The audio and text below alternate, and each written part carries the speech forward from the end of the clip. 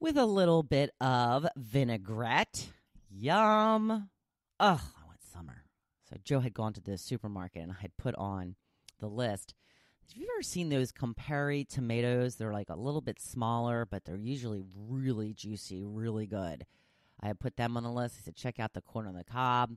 Came home with none of it. He goes, well, I didn't have the tomatoes.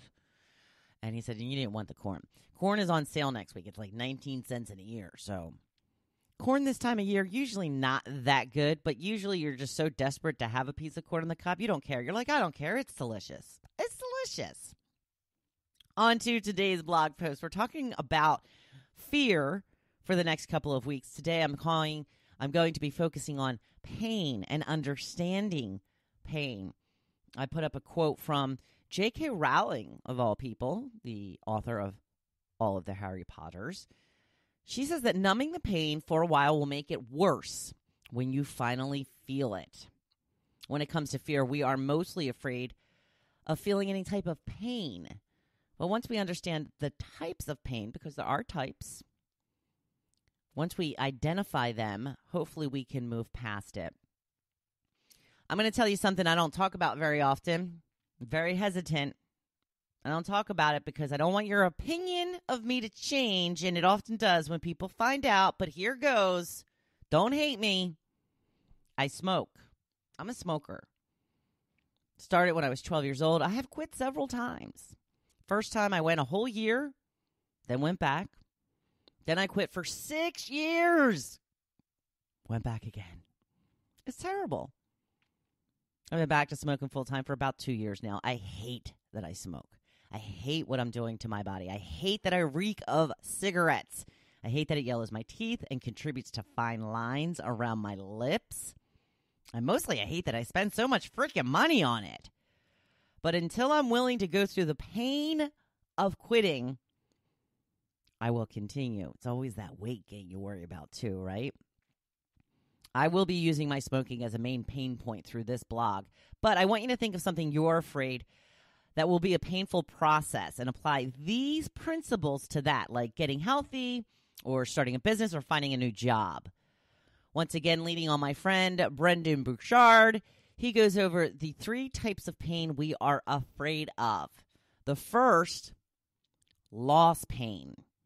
This is a fear of changing your life to start something new, and that will cause a loss of something. So you don't want to do it. When I think about quitting smoking, I know it will be painful to lose those breaks I look forward to throughout the day. I will miss having so many chances to stop and go outside and take in nature. I know that I can do that anyway. I know that. I just don't. Not on the same level as I do when I'm a smoker. So it's the same with dieting. You likely fear the pain of losing your favorite foods. Process that. Speaking of process, that's the second type of pain. Change is already hard, but the actual process of making the change can be very scary. We think about what we will lose. Leaving a job with a steady paycheck to start your own business could mean years of nonstop hard work before any sort of payoff.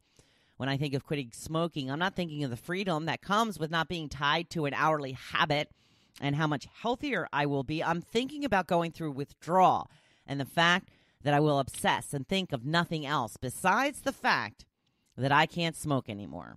With dieting, it means shopping differently, cooking differently. It means I'll have to start exercising. That's going to cause me pain. The third type of pain is outcome pain. What if we give up all these things and all the hard work it takes to make it happen, but then the outcome isn't what we hoped it would be? What if we don't lose weight or as quickly as we would like? What if I can't breathe easier once I stop smoking? What if the process isn't worth it? But here's the thing. If we get stuck thinking this way, we will never change anything. We have to focus on the positive outcomes instead of fearing the worst and concentrating on how hard it will be. How free and healthy I will feel once I kick that nasty habit. A healthier lifestyle means tasting new, real foods that you may come to love. We had salmon last night for dinner. I never thought I would look forward to salmon, and it was so yummy. You're going to feel better, too, once you start eating more healthier foods, foods that are good for your body. You'll have more energy. You may fit into some clothes you've been dreaming of wearing.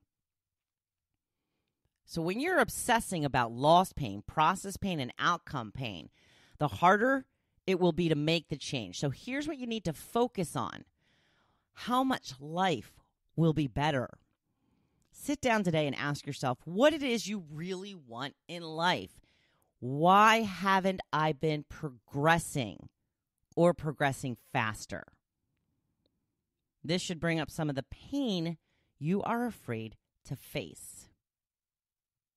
And then you can switch your inner dialogue to make that change come about.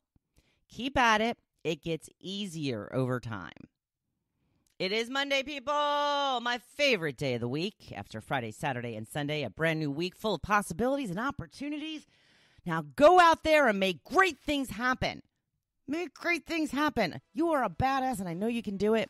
And as always, I'm cheering for you. And make today your best day yet. Thank you for listening to The Hopefulist, hosted by Wendy McClure. For more inspiration, please visit Hopefulist.com. Thanks, and we'll see you tomorrow on The Hopefulist. It's time for the Take Back Control Challenge. Get in on it.